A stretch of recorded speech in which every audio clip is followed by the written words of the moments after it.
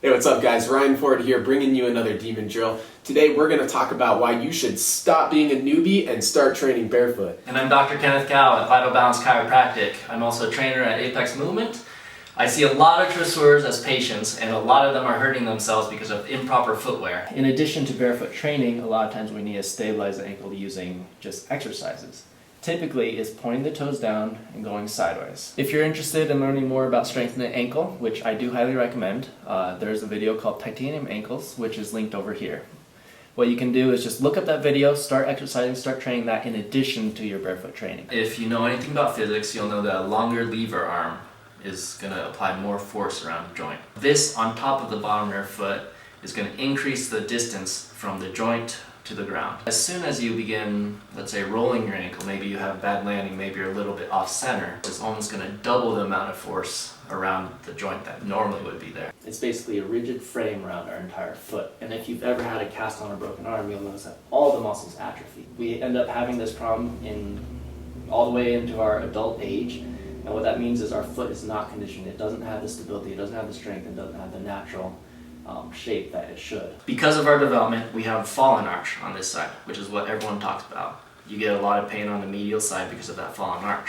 When we're wearing shoes, the arch is built up, and now we're rotating here, this bone, in this direction, so that when we land, we're landing in the incorrect position of the talus, which means that you end up jamming this joint. So many dresseurs that I know have this injury. I've done that several times on precision jumps. It's that pain where it feels like you can't bend your ankle anymore, and it's a hard end feeling. It's just like it hurts if you bend your ankle that far. The talus is this bone, the first bone that articulates with the tibia. So a lot of times someone will walk in with tenderness right through here or a jam joint there. Those points of tenderness can very well mean that you've got unresolved sprains or strains in your ankle, and so you're vulnerable to injury, which means that starting those titanium ankle exercises may be a really good idea right now. A lot of dresseurs deal with knee pain. The first thing I usually look at is the foot. See, the foot is extremely flexible. The foot can move in all these ranges of motion. It's got all these joints, all these bones meant to adapt. The knee, on the other hand, is pretty much two bones that meet right in the middle and bend only in one direction. If the foot is not adapting to the environment, the first place that's going to feel it is the knee, which is less adaptable. So it wears out, and so you get a whole bunch of problems in the knee and eventually into the back and the spine. Can you think of any famous free runners or people that have been training barefoot and show these proper biomechanics possibly because of it? Phil Doyle is one.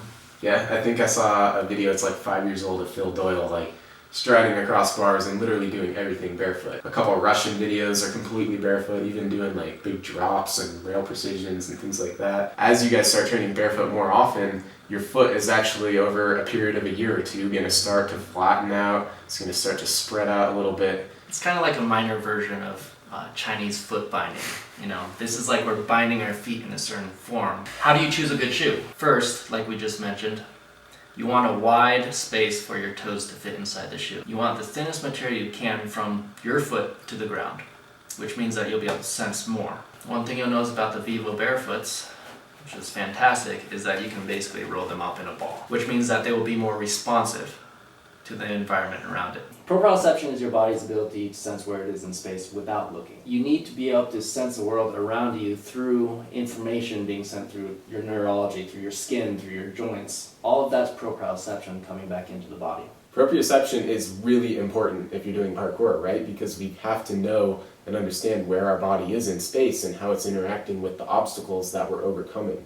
So if you are doing a precision jump from a rail to another rail, that requires such extreme balance and agility and proprioceptive ability that if you are trying to sense the world around you, 70% of that proprioceptive feedback comes through the sole of your foot. And if you've got an inch of padding between you and the obstacle, you're actually going to have that much more difficulty. Another thing I see though is that a lot of people think because they have this thick padding underneath them, they think they can take a lot bigger drops than they could. Which means that if you're wearing a barefoot shoe, this is exactly how much force you can take. Which means that you're not going to take a larger drop than you should be, which also means that you're going to condition up to the level. This thin material and this flexible material is really important because if you are an intermediate or advanced practitioner of parkour, you probably would never wear gloves on your hands, right? Why would you do that? Because it reduces your feel and your your sensitivity of the environment around you. So if you wouldn't wear gloves, why on earth would you wear a shoe with an inch of padding? If you want to be more natural and better skilled and more responsive to your environment, don't be a motor retard, okay? Put on these flexible, thin shoes and you're going to have a lot more response and connection with your environment. One of the coolest things I saw was basically people standing on a pressure pad and comparing different shoes and the pressure images or readings projected on the computer screen. Now when people were barefoot, standing on the pressure pad, obviously it looked like a nice little barefoot footprint. And same thing for like barefoot shoes. For the most part, it looked like a foot. Now when you put these on and stand on that pressure pad, all of a sudden you've got like this big oval with speckles and random dots everywhere. And it doesn't look like a foot at all, and that's telling you you don't get the same proprioceptive feedback. A question I get a lot at the gym when people start to find out about barefoot training is, okay, so what shoes should I get? You gotta be careful, because if you're a beginner getting into parkour, even if you're intermediate or advanced, and you wanna train barefoot, but you've been training in these your entire life, you can get hurt really bad if you immediately train 100% barefoot. Maybe get some barefoot shoes and just wear them around for your everyday activities. Absolutely. Or possibly you could do like your 10-15 minute warm up in the barefoot shoes and then switch over to your other shoes. Now over a period of months, even years, it can take your foot to adapt to these new barefoot conditions. And so you gotta be careful. Just like training, you gotta take time on and take time off. My own personal experience is that I actually wore these Ariakis for at least 3 or 4 years, almost 100% of my training and even a lot of my everyday activity. But I then started training in Fayus, and I found Fayus to be that perfect like intermediary step between traditional running shoes and barefoot shoes.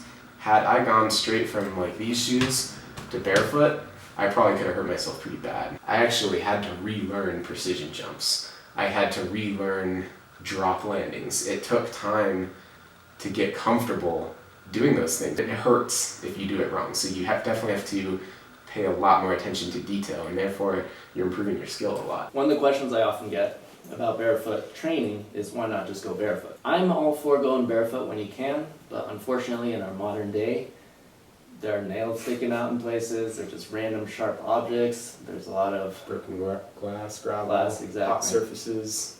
So we do need some protection. You definitely can't go as big sometimes if you're wearing these barefoot shoes as opposed to these. So you think it's okay to throw on the more padding just occasionally for things like that? Yeah, absolutely. It's like wearing a knee brace or a wrist brace, something just to prepare you for an extreme, atypical moment. But if you want the best gains and the best thing for longevity, you definitely want to move toward almost all your training in these barefoot shoes. Alright, so to wrap it up here, I think we've gone over tons of reasons why you should start training barefoot, and the sooner the better, because if you want to do parkour for a long time, if you want to get hurt less, if you want to improve your biomechanics and get better faster, you got to start thinking about barefoot training. The haters are going to hate, so if you got a problem with any of this, definitely leave us a comment below, and we want to have an intelligent discussion to kind of help people understand why you should start training barefoot more.